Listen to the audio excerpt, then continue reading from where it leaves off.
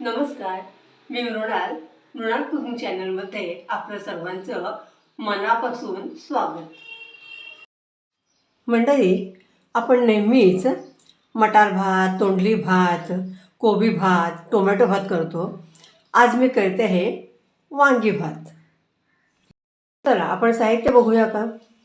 इथं मी 2 वाट्या बारीक आणि सुवासिक तांदूळ अर्धा तास आधी धुवून घेतलेला आहे. भरपूर कोथिंबीर आहे.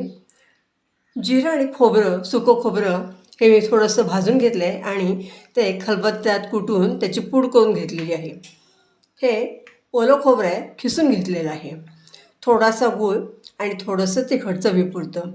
इथं 2 चमचे गोडा मसाला आहे आणि 1 चमचा गरम मसाला आहे. मीठ घेतलेलं आहे.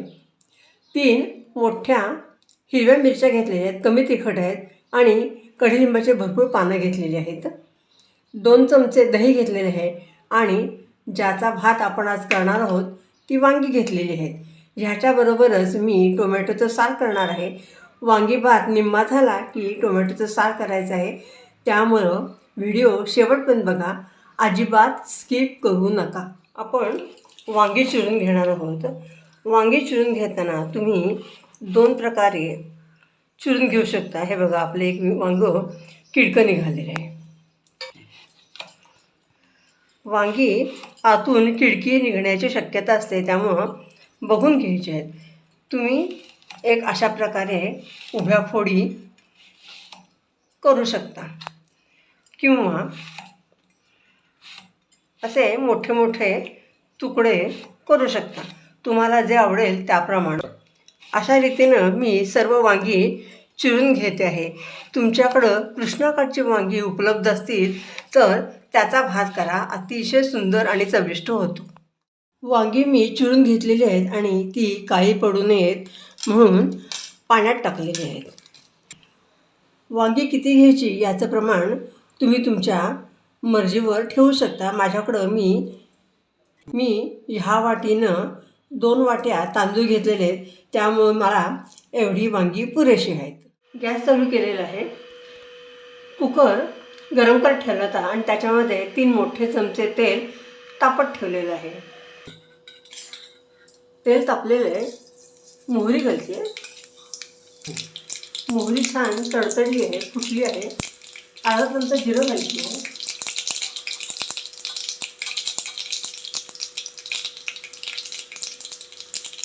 पाव चमचा हिंग घालते आहे.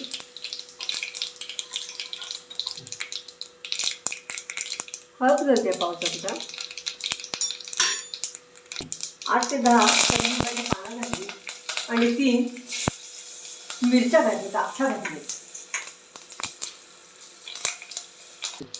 वांगी घालून घेते.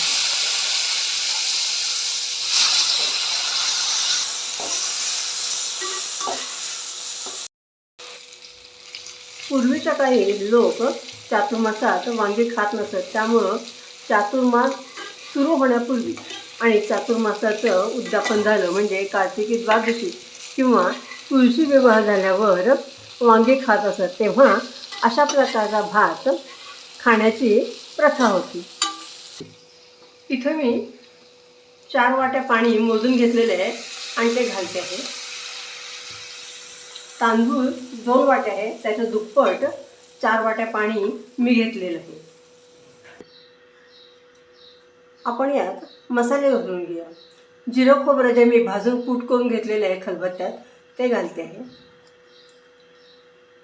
2 चमचे घातलेले आहे.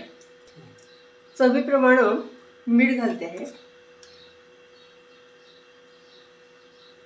2 चमचे गोडा मसाला आणि अर्धा चमचा गरम मसाला मी याच्यात घालून घेते आहे. थोडंसं चवीपुरतं तिखट आणि गूळ घालून घेते आहे. गूळ ऑप्शनल आहे, परंतु वांगी उग्र असतात, त्यामुळं गूळ थोडासा घातलेला चांगला असतो.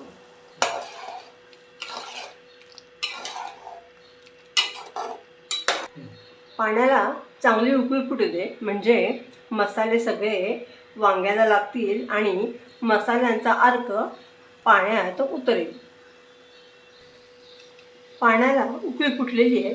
इथं मी 2 चमचे दही घालून घेते. दह्यामुळं भाताला चव तर चांगली येतेच, शिवाय भात एकदम रिच होतो. कोथिंबीर घालून घेते. आता मी याच्यामध्ये आपण धुवून घेतलेले तांदूळ घालते आहे.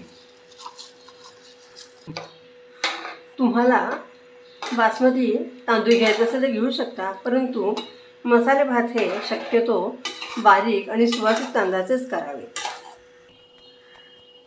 2 चमचे तूप सोडते आहे, म्हणजे भात मोकळा होतो, सुट्टा होतो. कुकरचं झाकण लावून घेतलेलं आहे आणि मी 2 ते 3 शिट्ट्या करून घेते आहे. आता मी करते टोमॅटोचं सार.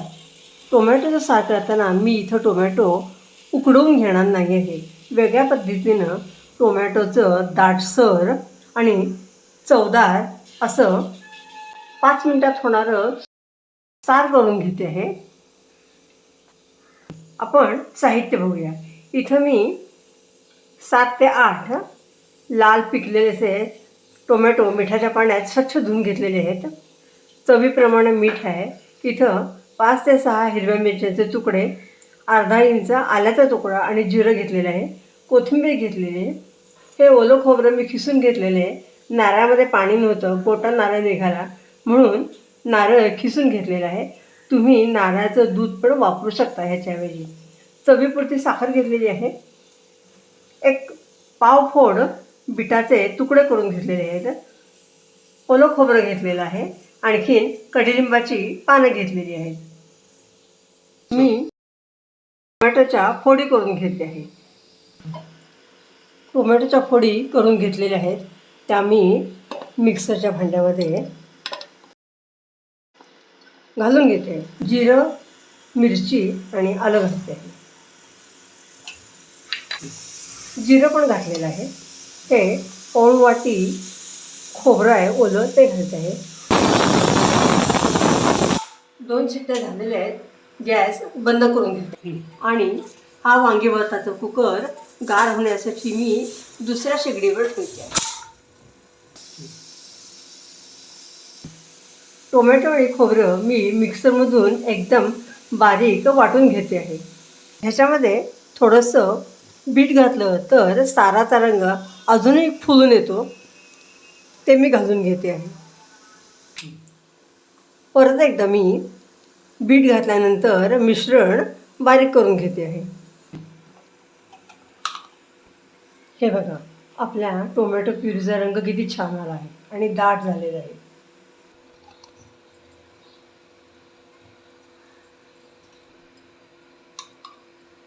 गॅस चालू केलेला आहे. कढई तापत ठेवलेली आहे आणि त्याच्यामध्ये मी 1.5 ते 2 चमचे साजूक तूप घातलेले. तुपाची फोडणी मी देणार आहे. तुपामध्ये अर्धा चमचा मोहरी घातलेली आहे. मोहरी तडतडते, जिरं घालते, हिंग घालते आहे, कढीलिंबाची पानं घालते. मिरच्यातल्या बिया काढून घेतल्या आहेत आणि त्या फोडणीमध्ये घालत आहे. फोडणी ढवळून घेतली आहे आणि त्याच्यामध्ये हे टोमॅटोचं फक्त असं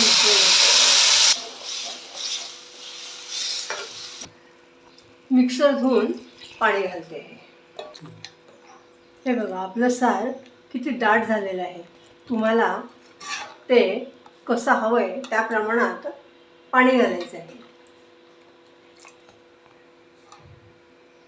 साखर घालते आहे.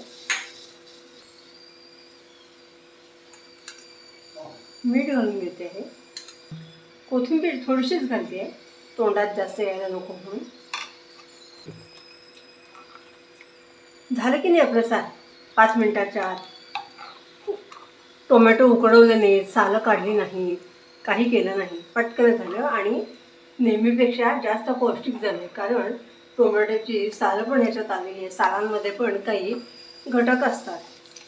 छान असं तयार झालेलं आहे. रंग खूप सुंदर आलेला आहे आणि चव अप्रतिम येणारच आहे. असं साधं सोपं पटकन होणारं चविष्ट असं सार तुम्ही नक्कीच करून बघा.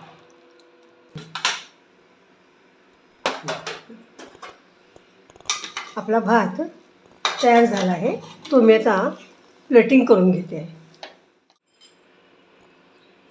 अशा रीतीनं सुंदर अनोख्या चवीचा वांगी भात आणि मस्त दाटसर चविष्ट स्वादिष्ट असं टोमॅटोचं सार वेगळ्या पद्धतीने केलं आहे तयार आहे. त्याच्याबरोबर उन्हाळ्यात स्पेशल म्हणून काकड्याचे काप आहेत आणि पहिल्यांदाच या सीझनमध्ये केलेली कैरी कांदा चटणी आहे. रेसिपी आवडल्यास लाईक शेअर सबस्क्राईब करा. तुमचे अभिप्राय कळवा. पहिल्यांदाच बघत असाल तर लगेचच सबस्क्राईब करून टाका. परत भेटणारच आहोत. तोपर्यंत स्वस्थ रहा, आनंद घ्या. धन्यवाद.